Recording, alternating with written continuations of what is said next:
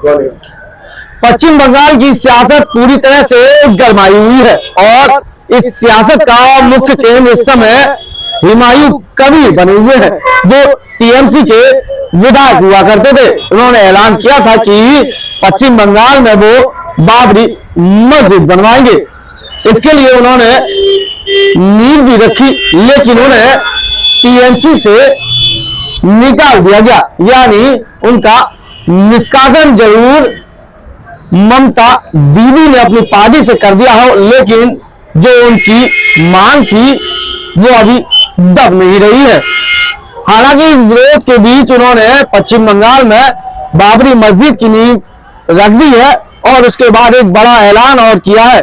उन्होंने कहा है अपने समर्थकों से कि अगर वो पश्चिम बंगाल में 100 सीट उन्हें दिलवा देंगे तो पश्चिम बंगाल में बाबरी मस्जिद जरूर बनेगी। इस पूरे मुद्दे पर बातचीत करने के लिए हमारे साथ मौजूद है बजरंग वाहिनी के प्रदेश अध्यक्ष अवतार सिंह गिल। अवतार जी, जिस तरह से हुमायूं कबीर ने एक बार फिर ऐलान कर दिया अपने समर्थकों को लेकर कि अगर वो पश्चिम बंगाल में 100 सीटें उन्हें दिलवा देंगे तो वो बाबरी मस्जिद का वहां निर्माण करा दें, क्या ये एक पॉलिटिकल स्टैंड है? आपने क्या बोला? किसकी मस्जिद? बाबरी मस्जिद। बाबर है कौन? ये बाबर है कौन? बाबर एक नंबर का छिंदा था। आप बाबर नहीं बोलोगे, छिंदा बोलो। अब बुलाओगे आप? बाबरी मस्जिद का वो निर्माण करा देंगे ऐसा कह रहा है, क्या ये पॉलिटिकल स्टैंड है? क्या ये कहूंगा कि जो इनकी 5 चीज होती है, दरगाह, मस्जिद, वहां के 100 पैखाने, उसको जाके सफाई करेगा ये कबीर हुमायूं, तब भी तो ये ममता बनर्जी या वहां के मुख्यमंत्री सब ड्रामा कर रही है, दिखा रही है। इसको तो हिंदुस्तान में आग लगानी है और ऐसा नहीं होगा। हिंदुस्तान का जनता जानती है। क्या लगता है कि इससे इस बयान के बाद सियासत गरमाएगी, कुछ माहौल खराब हो सकता है क्या देश का? अरे जब मैं कह रहा हूँ अयोध्या का फैसला आया, क्या हुआ? शांति से बन गया। इनको जगह दे दी तो बना लो, मगर ये बाबर छिंदरा एक नंबर का, इनके बहुत से हुए छिंदरे, इनके कुछ लोगों ने ही इनके पूरे समाज को बदनाम कर रखा है। एक थे अब्दुल कमाल, जिनका हम सम्मान करते हैं, एक सैयद साई मियां पीर, जिन्होंने जहमत की नहीं रखी। इन कुछ आज जानवरों की औलाद है सारे, जो देश के अंदर हमें सब दंगा औलादी बात करते हैं। तो क्या लगता है इस बयान के बाद उनके समर्थक? कौन सा बयान की वैल्यू क्या है? और कहते बाबर और बाबर ने छिन रहा है। आप पढ़िए इतिहास, इधर के से जो काम मैं बोलने नहीं चाहता हूँ, ये उससे भी गए बीते हैं। सब हारूंगा कभी हुमायूं में, वो आता जाए वहीं बैठे वैसे भाषण दे देगा कि ये कर लूंगा, तो करे कुछ नहीं। ये लोग पहचाने कार्य कर रहे हैं, इन जैसे कि हमको बात ही नहीं करनी चाहिए। तो क्या लगता है देश की सियासत गरमा जाएगी इससे? अरे भाई, ममता का तो काम है वोट बैंक, ये फलानी बातें, ये सब फालतू की बातें। ये समय समय पर भड़काते हैं लोगों को। अभी चल रहा एसआईआर, कहीं ना कहीं उसके लेके कोई बहुत बड़ा षड्यंत्र लगता है कि उसको समय समय पर याद आता है।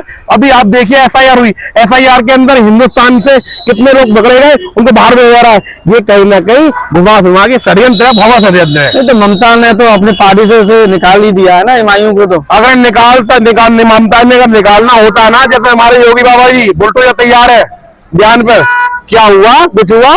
ये सब एक षड्यंत्र है। ये ममता जी का एक लॉलीपॉप है, जनता को दिखाने के लिए दिया है। मगर जो भी कुछ रणनीति चल रही है, राजनीति चल रही है, वो ममता के कहने पे चल रही है।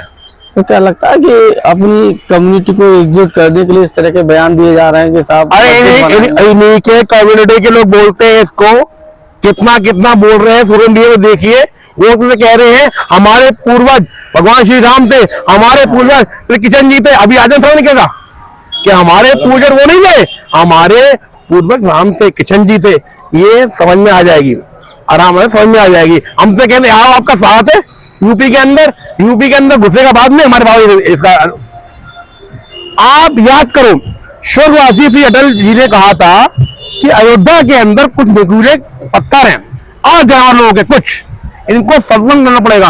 और जब तक संतुलन नहीं करेंगे हम ये जमीन बैठने लायक नहीं है। इसी प्रकार के अंदर कहीं जो जगह रह गई है, जो भाजपा के अंतर में नहीं है, वो भाजपा जब वहां पे आएगी उनको संतुलन कर दिया जाएगा और वो जमीन बैठने योग्य होगी। तो इस बयान से कोई फर्क नहीं पड़ेगा? कुछ नहीं फर्क पड़ेगा इसका। तो जैसे आज जहाँ घूमते हैं ना गलियों में, ये वही है मेरे ख्याल से। तो क्या लगता है मस्जिद बन जाएगी वहाँ? बना ली क्या उन्होंने? बना ली क्या? अगर मस्जिद बनानी है आप मोहम्मद साहब के लिए भी आपने बहुत कुछ किया, सबके लिए मस्जिद बनानी, ऐसे इंसान के लिए बनाओ, ऐसे पीर पैगंबर के लिए बनाओ जिनको दुनिया नहीं पूरा देश संसार याद करता है। ऐसे छिंदरे वालों की नाम को लेके मस्जिद का नाम बदनाम ना किया जाए। मैं समाज से कहूंगा ऐसे लोगों को आप लोग भी उसी प्रकार से जवाब दो जिस प्रकार से योगी जी गद्दारों को देते हैं। ये लोग आपको भड़काने का काम कर रहे हैं, कहीं ना कहीं आपके आपसे खेलते हैं और अपने धर्म से खेलते हैं। इनका कतई भी हम बर्दाश्त नहीं करेंगे।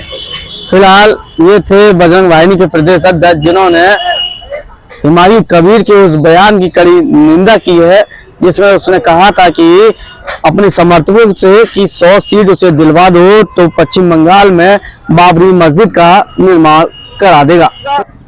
और ये जो हुमायूं है जो बाबरी मस्जिद बनाने की बात कर रहा है, शायद वह भूल गया है, वह भी एक शरणार्थी है और वो भूल गया है कि अगर बाबरी के नाम की मस्जिद पूरे देश में कहीं भी बनती है तो हम सब लोग इसका विरोध करेंगे। और हुमायूं क्या, हुमायूं के पिताजी बाबर भी आ जाएं तब भी वह बाबर के नाम की मस्जिद पूरे देश में कहीं भी नहीं बना सकता है।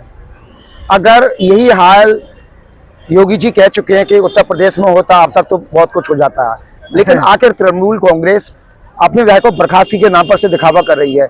आखिर क्यों नहीं कानूनी कार्रवाई हो रही है?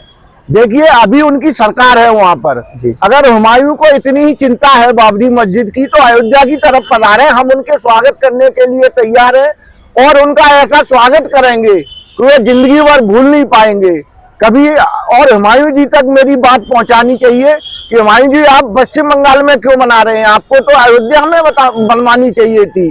और अगर मीर बांकी की आत्मा उसके अंदर है तो वह एक बार अयोध्या जरूर पधारे, ये हमारा निमंत्रण है। कभी उसके बाद कभी वे बाबरी के नाम की मस्जिद बनाने की सोचेंगे भी नहीं। फिलहाल इस पूरे बयान पर सियासत अभी भी गरमाई हुई है और सियासत का केंद्र पश्चिम बंगाल बना हुआ है। अपने साथी प्रदीप के साथ सदैव कुशवाहा, आगरा।